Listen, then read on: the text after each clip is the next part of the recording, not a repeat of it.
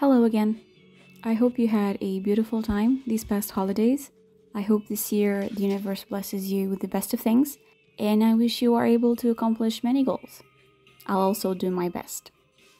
As an end of the year goal, I wanted to work on my anatomy knowledge.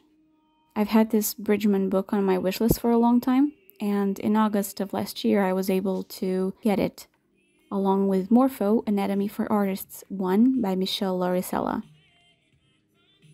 I saw this one suggested by Misako Floden on her website, and she's an amazing artist here on YouTube. I chose Bridgman because of the simplicity of his work, the way he can express the human gesture so easily, the few lines that can at times look so very random. His marks are straightforward and with purpose, simple, while still holding a complexity I very much admire. And I've been trying to get my hands on this book so I can study his work and understand him better. The second is newer to me. I did see Misako using it on one of her videos, but I'm not particularly familiar with the author or the contents of it. I noticed at first that it seemed very methodical and in general very much more anatomical, while the Bridgman work seemed much more artistic in terms of gesture.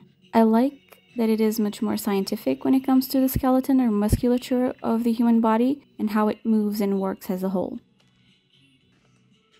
The point of getting these books is to be able to have a good source of knowledge at hand that I can quickly grab and look at if I need a reference or if I'm having trouble. Also helps when in a little block. This video will be a compilation of some study sessions I did at the end of the year while still preparing for the holidays.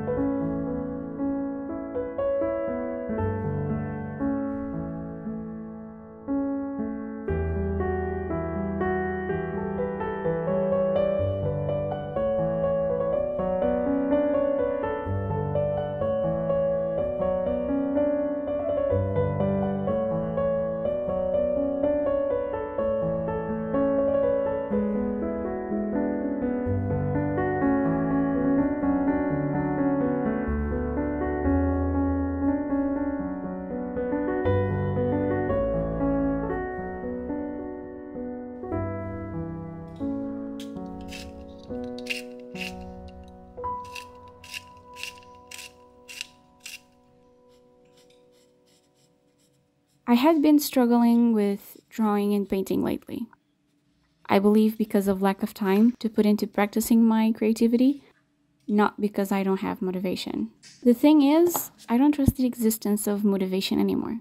If motivation was all it took, no one would have any issues creating or with starting any task at hand. My honest opinion is that we rely too much on motivation to do the bare minimum. And the moment we feel a bit less creative, rather because we feel exhausted or simply burned out, we blame it on motivation. I have accepted how much and when my body and mind need rest. I've accepted that it is when I don't allow myself the time to shut down that I feel the worst, create less, and with time, my own artwork begins to suffer. I've also begun to understand that whenever I'm in a bit of a slump, it isn't that I can't draw at all necessarily, it just takes me longer to do anything, and I don't feel satisfied with anything I create. That causes me to not want to bother with making anything at all. It does not mean I can do anything creatively. I have a tendency to seek refuge in other crafts, like bookbinding or journaling, since they are things that involve creativity, but that I don't particularly put pressure on myself to perform greatly in. As I keep learning more and more about my thought process as an artist, it's come to my realization what really helps me get out of such a slump, and that is studying. As a child, I used to copy my favorite cartoon characters. I used to look at pictures of them and draw them in my own way, and that's how I began to learn more and more, because I was practicing every day, drawing things that I liked. And so this time, I thought I could try and do the same. I began by copying what I was seeing in the books, trying to identify as many muscles and bones as possible so that my knowledge in the matter could grow. There are many things that I want to improve when drawing and painting my portraits. So I decided to focus on learning more about the anatomy of the head first before anything else. By practicing and understanding the anatomy and construction of the face and overall head, I will, of course, improve my skills when drawing the head, and this will make it so my drawings will have better structure before starting to paint. Because I'm using only dry media for these studies, I thought I'd use this handmade sketchbook. I made it in one of my previous videos using Canson XL sketching paper. It has some tooth to it, but it's still soft and very enjoyable to draw in. It also feels nice to draw in a sketchbook you made yourself. As for pencils, I'm using the Blackwing Natural and later trying out the matte pencil, as well as one of my fountain pens to write specific notes. I tried to choose tools that I would be comfortable with so that I wouldn't have to interrupt my study session because my drawing tools were being a hassle to deal with.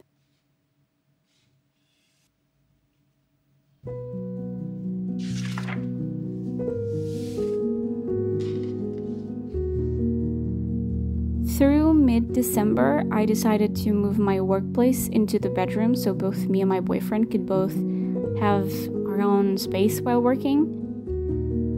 I think it helped because my inspiration and desire to work actually began to grow. I was much more productive than when we were both cramped in a 90-degree angle, sort of elbowing each other. I never actually realized it was distracting for the both of us too.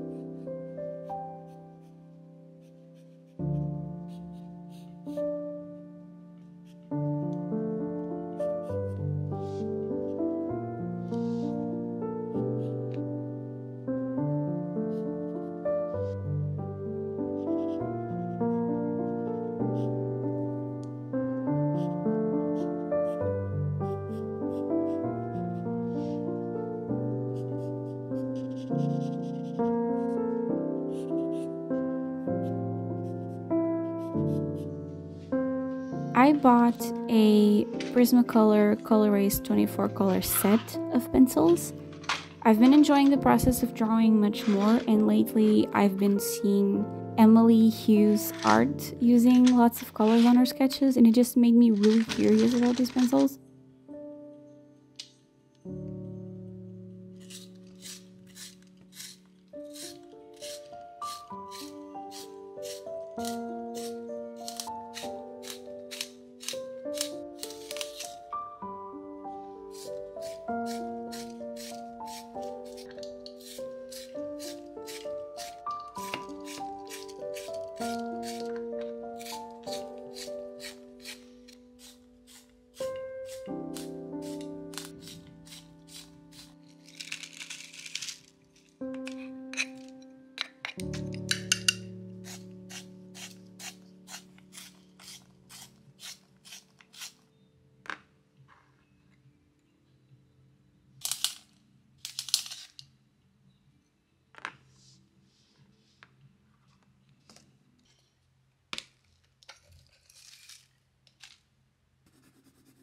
The best part is they are erasable, mostly because I'm a bit of a wimp and I don't feel secure in knowing I can erase my mistakes.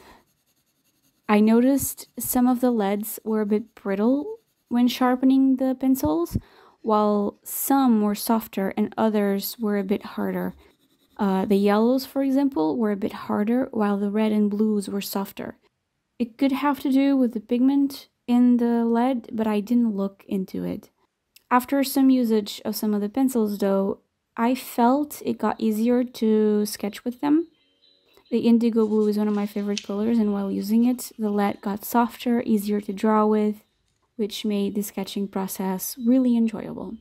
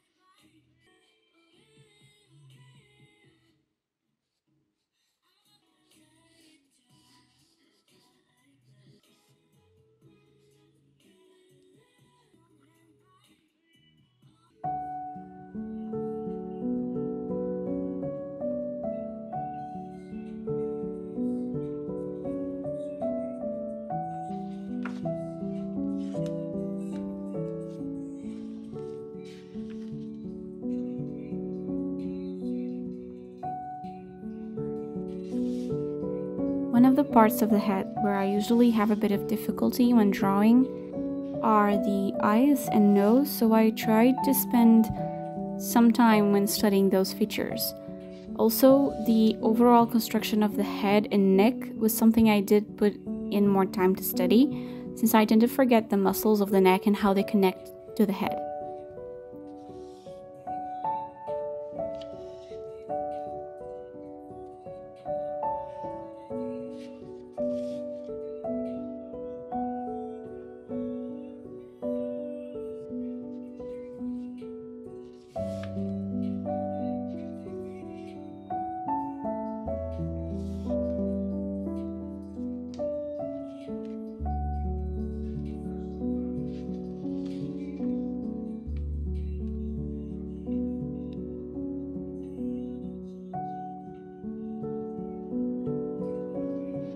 I hope you enjoyed this simpler video, this study session. It was relaxing to make, especially since I hadn't filmed in a while. So thank you so much for watching the video. Like, comment, and subscribe to show your support. Feel free to follow me on my Instagram account, thelazyartist13, and support me at my Ko-fi account. Happy creating this year, and take care.